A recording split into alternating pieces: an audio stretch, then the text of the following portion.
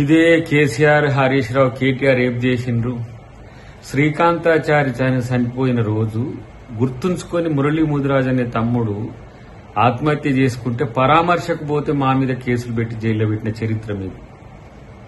కనీసము మీ నియోజకవర్గం గజ్వేల్లో ఒక ముదిరాజ్ బిడ్డ చనిపోతే కనీసం పరామర్శ లేకుండా పరామర్శ కొరకు పోయిన వాళ్ళ మీద మా మీద దేశద్రోహ కేసులు పెట్టి మమ్మల్ని జైలు వేసిన చరిత్ర మీది.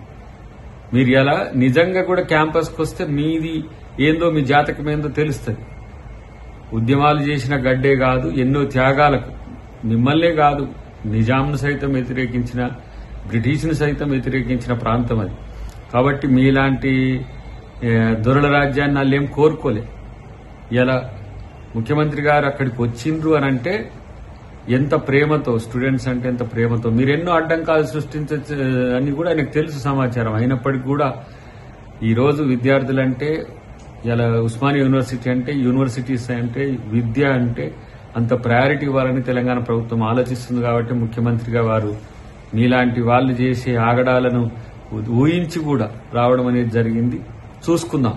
ఎందుకంటే ఇలా విద్యార్థులకు మీరు మేలు చేస్తారా, మేము మేలు చేస్తామా అనేది రేపు భవిష్యత్తు చెప్తుంది. చరిత్ర మాత్రం విద్యార్థులను, ఉద్యమాలను అనగదొక్కి ఉస్మానియా యూనివర్సిటీ అస్తిత్వాన్ని ఇలా అనగదొక్కాలని చూసిన మీకు తగిన బుద్ధి విద్యార్థులు చెప్తారనే విషయాన్ని గుర్తుంచుకుంటే మంచిది.